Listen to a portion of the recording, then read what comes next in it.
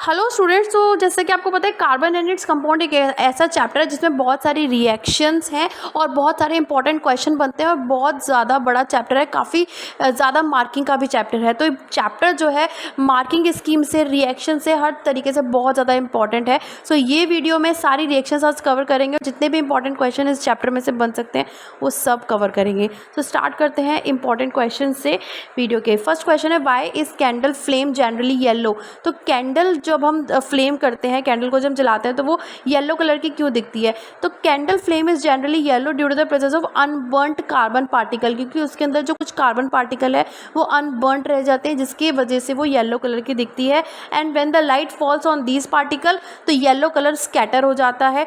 This shows that combustion of hydrocarbon present in wax and candle is not complete. जो combustion है वो complete नहीं हुआ है, अनबर्न्ट पार्टिकल हैं जो कि येलो कलर के दिखते हैं।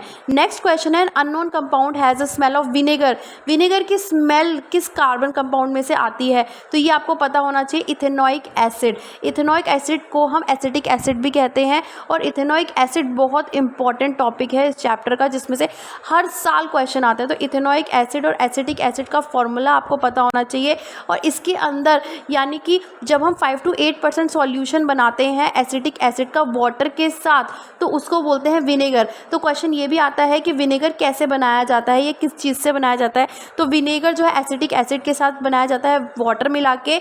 तो सॉल्यूशन जो है एसिटिक एसिड का वाटर के साथ वो विनेगर होता है, जिसको हम पिकल्स में यूज़ करते हैं। तो क्वेश्चन एक ये भी आता है, what do we get when ethanoic acid react with ethanol in the presence of concentrated sulphuric acid? तो जो प्रेजेंस है ना, कैटलिस्ट है, जिस रिएक्शन में जो प्रेजेंस जिसकी प्रेजेंस में होता है वो बहुत इंपॉर्टेंट होता है। पूरी रिएक्शन और उसके साथ साथ एरो के ऊपर जो आता है वो भी इंपॉर्टेंट होता है। तो यहाँ पे एक आपके एनसीईआरटी में एस्टेरिफिकेशन रिएक्शन दी हुई है, मोस्ट इंपॉर्टेंट, ये तो आपको करके ही जानी है, ये आपको आनी ही चाहिए। एस्टेरिफिकेशन रिएक्शन क्या होती है कि जब हम इथेनॉइक एसिड को रिएक्ट करवाते हैं इथेनॉल के साथ इन the presence of concentrated sulphuric acid यानी कि H2SO4, तो यहाँ पे बनता है एस्टर, जिसको बोलते हैं एस्टेरिफिकेशन रिएक्शन। जैसे इथेनॉइक एसिड हो गया C2H4 CH3COOH, ये इथेनॉइक एसिड है और इथेनॉल होता है आपको पता है C2H5OH। तो जब हम इसको एसिड की प्रेजेंस में रिएक्ट करवाएंगे, कौन से एसिड ये भी आपको पता होना चाहिए,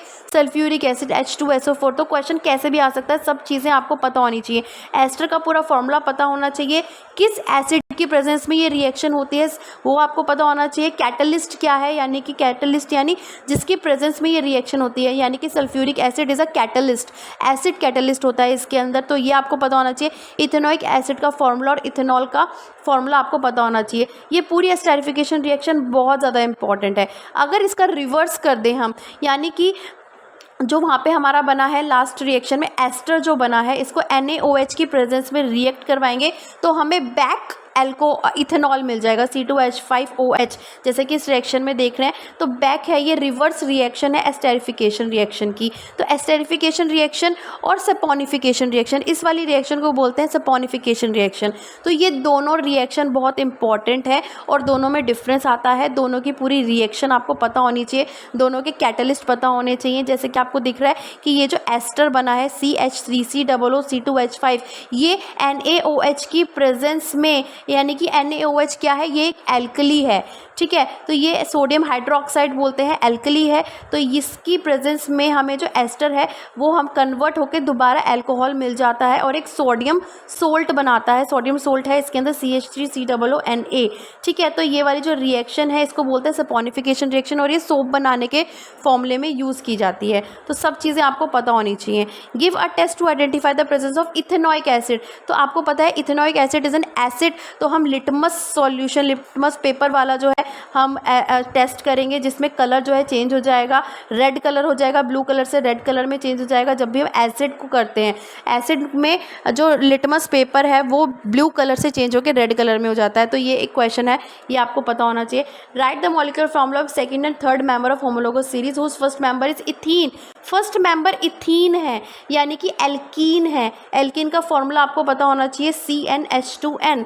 तो C1 अगर रखेंगे तो इथीन मिलेगा। उसके बाद जो सेकंड मेंबर हो जाएगा इसका वो हो जाएगा प्रोपीन। तो अब प्रोपीन में C3 होता है तो C3 के बाद H6 हो जाएगा, C3H6 is the second member. And third member हो जाएगा ब्यूटीन, C4H8। तो जब हम इस वैल्यूज़ में CnH2n में पुट करेंगे तो हमें प्रोपीन और ब्यूटीन का फॉर्मूला पता चल जाएगा। सो यहाँ पे मैंने आपको एक ही क्वेश्चन दिखाया है। इस तरह के बहुत सारे मल्टीपल क्वेश्चन जो है बन सकते हैं।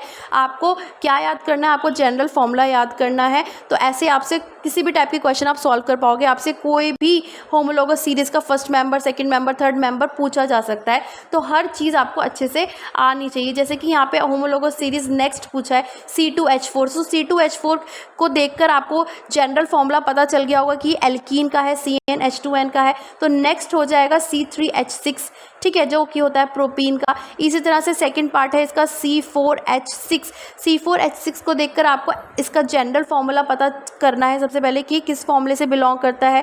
तो ये एल्काइन से बिलोंग करता है जिसका फॉर्मूला होता है CnH2n-2। तो C4 क्या है, जिसमें कार्बन की वैल्यू 4 है। तो नेक्स्ट इसका सीरीज़ का फॉर्मूला हो जाएगा जिसमें कार्बन की वैल्यू 5 होगी। तो जब हम N की वैल्यू 5 रखेंगे तो H की वैल्यू 8 आएगी। तो C5H10 is the next member of homologous series of this group, ठीक है। तो एल्कीन, एल्केन, एल्काइन सब का फॉर्मूला, जनरल फॉर्मूला आपको पता होना चाहिए। कैसे उसको पुट करना है ये पता होना चाहिए। इसके बाद हमारे से पूछा जाता है ये फॉर्मूला देकर कि इसका कंपाउंड का नाम बताएं। तो अगर हम ए पार्ट को देखें CH3 CH2 OH, तो इसको कैसे करेंगे कि हम पहले सारे कार्बन को ऐड कर देंगे। तो 2 कार्बन है, C2 हो गया, और H कितने हैं, H है हमारे पास 3 4 5, C2H5। OH हमारा लगता है ऑल में, तो ये इथेनॉल हो गया, ठीक है। बी पार्ट है ये वाला जो है वो इथेनल है, तो एल्कोहल और एल्केनल। तो ये दोनों चीज़ें जो है आज में बच्चे कंफ्यूज हो जाते हैं।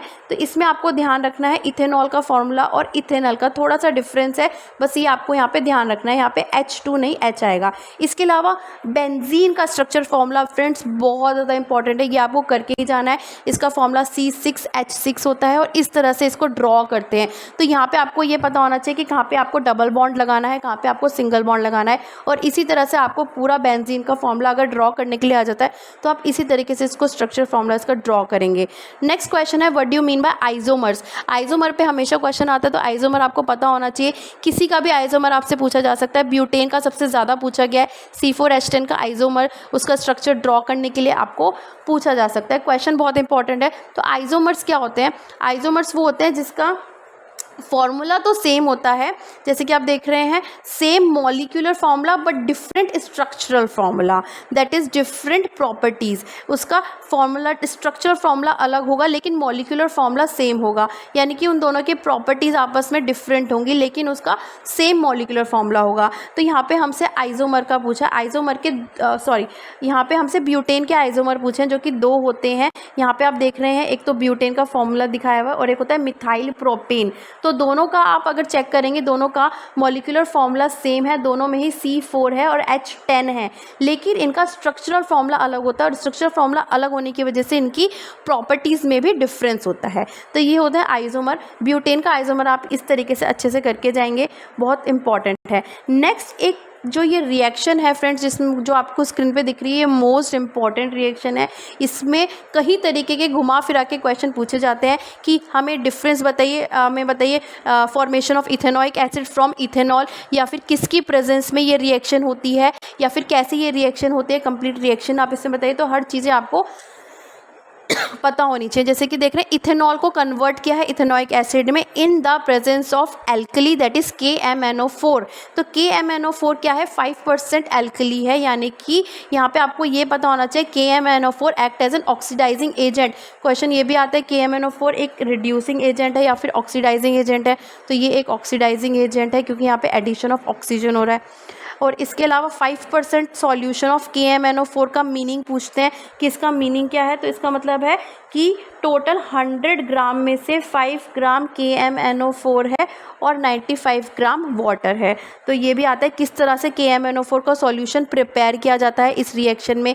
इसके अलावा एक और क्वेश्चन आता है कि प्रोपेनॉल को भी प्रोपेनोइक एसिड में कन्वर्ट कैसे किया जा सकता है, in which compound this reaction takes place. तो ये भी आपको पता होना चाहिए KMnO4 की प्रेजेंस में हम प्रोपेनॉल को प्रोपेनोइक एसिड में कन्वर्ट कर सकते हैं। Formation of ethanoic acid, formation of propanoic acid, किसी भी तरीके से क्वेश्चन आ सकता है। और इसके अलावा आपको ये एक टेबल है जिसमें आपको याद रखना है एल्केन, एल्कीन, एल्काइन का जनरल फॉर्मूला। एल्केन में सिंगल बॉन्ड फॉर्म होता है, एल्कीन में डबल बॉन्ड फॉर्म होता है, एल्काइन में ट्रिपल बॉन्ड फॉर्म होता है। फर्स्ट मेंबर पूछे जाते हैं या सेकंड मेंबर पूछे जाते हैं या थर्ड मेंबर पूछे जाते हैं। मीथेन, इथीन और इथाइन, इसका एल्केन का फर्स्ट मेंबर मीथेन होता है, एल्कीन का फर्स्ट मेंबर इथीन होता है और एल्काइन का फर्स्ट मेंबर इथाइन होता है। तो ये चीज़ें आपको पता होनी चाहिए। इसके बेस्ड क्वेश्चन बहुत सारे अलग अलग तरीके से पूछे जा सकते हैं। CnH2n+2। इसके अलावा इम्पॉर्टेंट रिएक्शन, इथेनोइक एसिड की 3 इंपॉर्टेंट रिएक्शन है जो कि आपको करके ही जानी है। एक तो सोडियम कार्बोनेट के साथ, एक सोडियम बाइकार्बोनेट के साथ और एक सोडियम हाइड्रोक्साइड के साथ। इथेनोइक एसिड को सोडियम कार्बोनेट के साथ रिएक्ट करवाएंगे तो सोडियम इथेनॉइड बनेगा। तीनों रिएक्शन में सोडियम इथेनॉइड बन रहा है, अगर आप चेक करेंगे। डिफरेंस है कार्बन डाइऑक्साइड का, वाटर का, ठीक है। फर्स्ट वाली रिएक्शन में कार्बन डाइऑक्साइड और वाटर दोनों बनेगा जब हम सोडियम कार्बोनेट के साथ रिएक्ट करवाएंगे, लेकिन जब हम सोडियम बाइकार्बोनेट के साथ रिएक्ट करवाएंगे तो कार्बन डाइऑक्साइड और वाटर भी बनेगा। इसके अलावा जब हम सोडियम हाइड्रोक्साइड के साथ रिएक्ट करवाएंगे तो ओनली वाटर बनेगा। सोडियम इथेनॉइड हर किसी में, तीनों रिएक्शन मैंने एक साथ इसलिए दिखाए ताकि आपको डिफरेंस पता चल जाए, क्योंकि क्वेश्चन कोई भी आ सकता है, किसी भी रिएक्शंस को आपसे पूछा जा सकता है। तो ये सारी इथेनोइक एसिड की रिएक्शन है सोडियम कार्बोनेट के साथ, सोडियम बाइकार्बोनेट के साथ, और सोडियम बाइकार्बोनेट को सोडियम हाइड्रोजन कार्बोनेट भी बोलते हैं। इस बात को भी आपको ध्यान रखना है। सो फ्रेंड, वीडियो बेनिफिशियल लगे तो अपने फ्रेंड्स तक इसको ज़रूर पहुँचाएँ। उसके